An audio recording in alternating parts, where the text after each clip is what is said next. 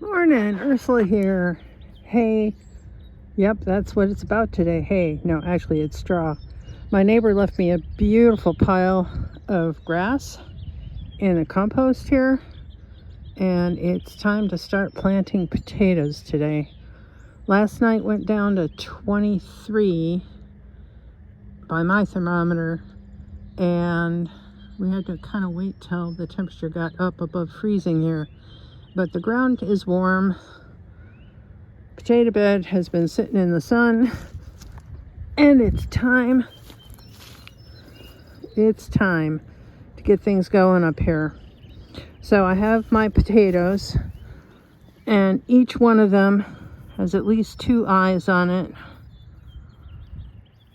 Yep, those are the eyes on that one. And we're going to get these onto the soil and cover them with a deep layer of straw.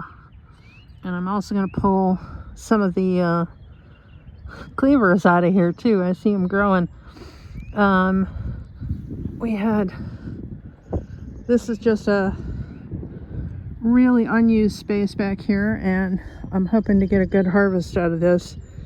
In the cinder block holes, I will be planting flowers to draw pollinators. Not that my potatoes need pollination, but I like to support the local wildlife, except for the deer. I really don't care for them.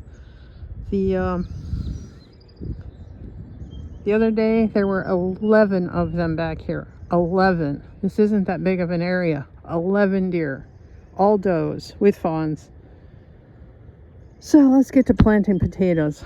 First, I got to break open a box of straw. This comes from Azure Standard. I am not an affiliate. I don't get any kickbacks or anything from that. It just was the easiest and the cheapest place I could find to get organic straw that wasn't treated. I'm not even sure that the grass here hasn't been treated. My neighbor manicures his lawn quite extensively, but it decomposes, they'll break it down. I am not going to put this directly on anything. I'm just going to flip this compost pile periodically, and I need to get a tarp up here. This is all lily of the valley taking over the universe, and we got to stop that. So yeah, not much going on here other than it needs to be cut. So let's get to work and get these potatoes planted. And I'm going to be doing 12 of them in here at approximately a foot spacing, and we'll see how that goes.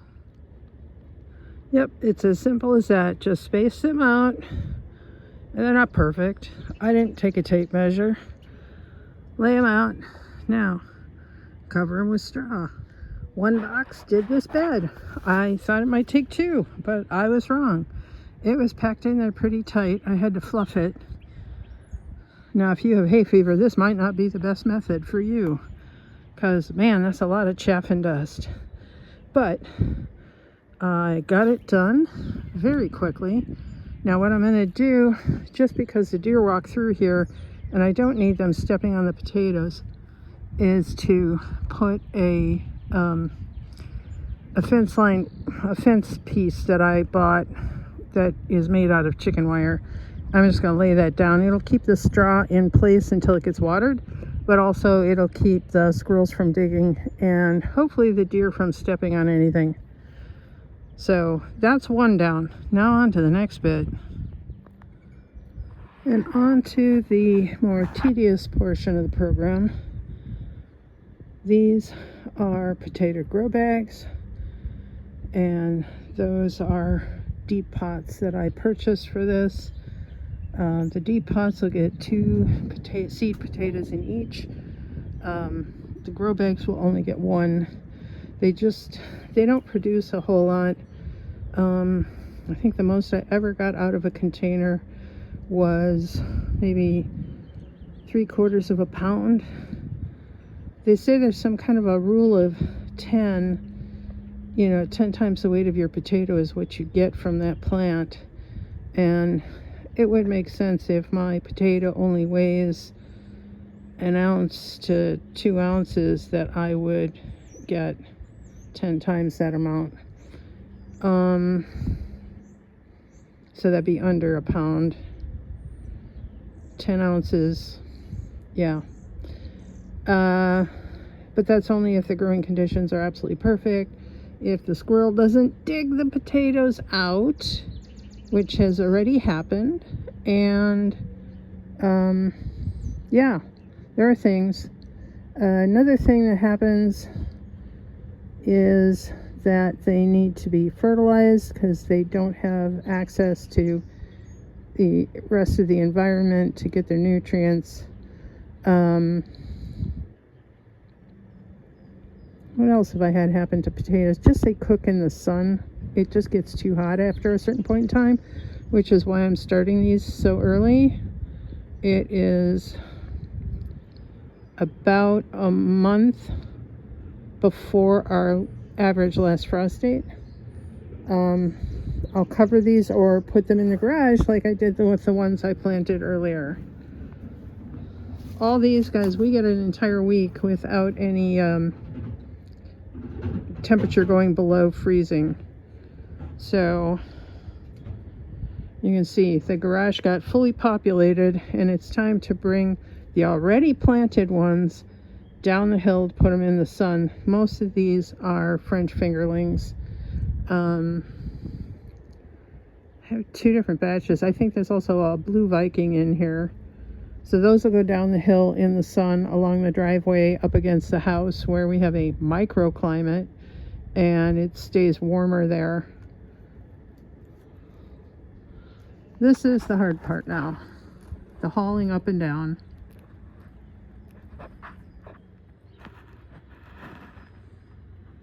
Squirrels. This is the time-consuming part. So I am planting 8 UF is an Urban Farmer red potatoes. They have a red center. That's what I saved from last year's first seed potato. Not too bad. It didn't get too gangly. And what I'm doing is I'm using part of the old soil mix from last year, plus some of the compost I've scraped, as well as some coconut coir. So you can see that's down quite a ways. I put at least 2 inches, I think, in the bottom, and then the rest is going to get topped off with a mix. And then I will put mulch on top like that one, which the birds are so happy about because they're using it and stealing it for their nest building. So I've got 8 of these potatoes to do. We'll come back after they're done. Okay, there you have it. We had 8 red potatoes and 1 unknown potato. It was a tiny, tiny thing, and it's in that far container here. It's not labeled. I might change that later. Each one of these has got some kind of mulch on top. These ones up here actually have chunks of coconut coir as their mulch. It's dark. But these other ones here have light colored straw, and that one has grass that I chopped last year. So that's it for today. All the other containers have been moved. We got 6 here and 6 further down the driveway. The big deep pots, those will get planted another day. And I have some Yukon Golds that'll go in these pots here. Then I'm going to scrounge in the basement and see if I've got more, because I might. And we're going to fill all of them up this year, every single one. So stay tuned. More potatoes on the way.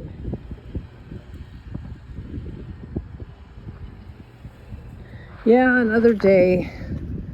I have about 2 dozen potatoes left to plant. I can probably squeeze out 12 in grow bags. I found a bunch more in the basement, but I have another dozen that need to go somewhere. Now, I hadn't planned on quite this many, so now I'm not going to say no to them either, but this is what I'm working on this week.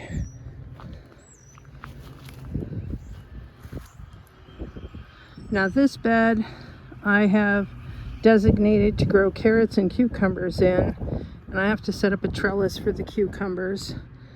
I would say it put together fairly easily. It's good quality. Everything, enough hardware, everything came with it just fine. And this is what it looks like. I took the center section that was wrapping different things and used it as a seat underneath while I assembled it. I decided to go with a 3-foot by 6-foot configuration. And what I learned is that the pipe I have is smaller than the clamps I bought. So I am just going to go with what I had. It's a thinner piping, and it doesn't have all the fancy clamps because my hardware store doesn't sell that. So we're going to just put rebar in the ground and put this on the exterior, and then hang a netting around it to keep the deer out. And I'll put a smaller rail in the front just so I can wrap it. So right now my goal is to move the bags of soil, get this placed, get the ground level, and then start filling it this evening. It's kind of hot out right now, and I don't have sunblock on, and it is the kind of day where you actually need sunblock. So let me step over my posts, and we're going to go up the hill. It's still a mess. We have one angelica that reseeded from last year. That's going to go. All these cleavers are going to go. I'm going to be cleaning up a lot of this detritus. That tree has got to get cut out. And I have a groundhog hole to plug over there.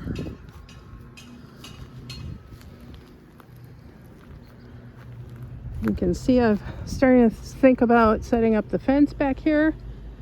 And these are the pots of potatoes that I did finish. And added a few of them there. I think there's one more. This is the raspberry potato. There's one more bucket I need to fill, and it'll go right there. And then the cleavers here and the burdock have got to come out, and I'm going to scoot that over so I can finish my fence. This tree here, this limb is really kind of good to get me a straight line and help me figure out exactly where I want my fence to go. And then back here, you can see I'm adding wood chips, anything I've got to cover up the cardboard. The neighbor kids moved out, trampoline is gone, and my snowbirds next door came home, and they've got an immaculate lawn except for all the invasives that are crowding things out here. The hemlock tree is not doing good. That's technically, I think, in the alley. So we'll see where that falls when it comes down. Bradford still needs to be cut.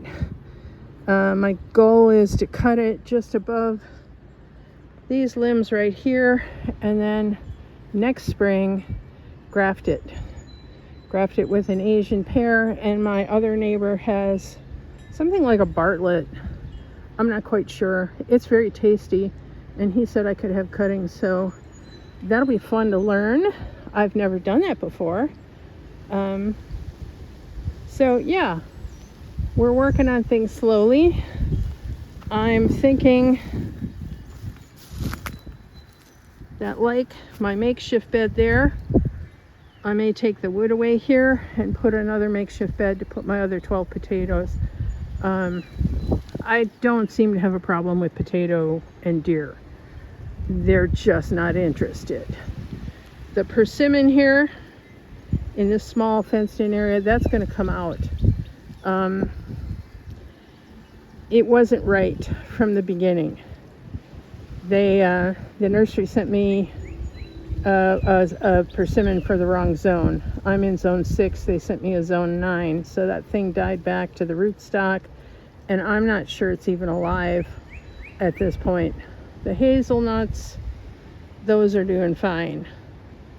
When I can get a bigger cage around that far one, it'll have a chance to grow out more and produce some filberts for us. So far so good.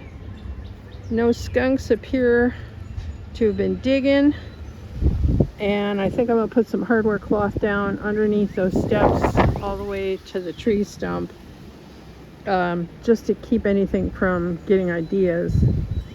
That's in shade all day, that area, otherwise I'd plant something there. It's just, it is what it is. It's on the north side of a house, and I'm okay with that. It can just be hardware cloth this year. It can be something else next year.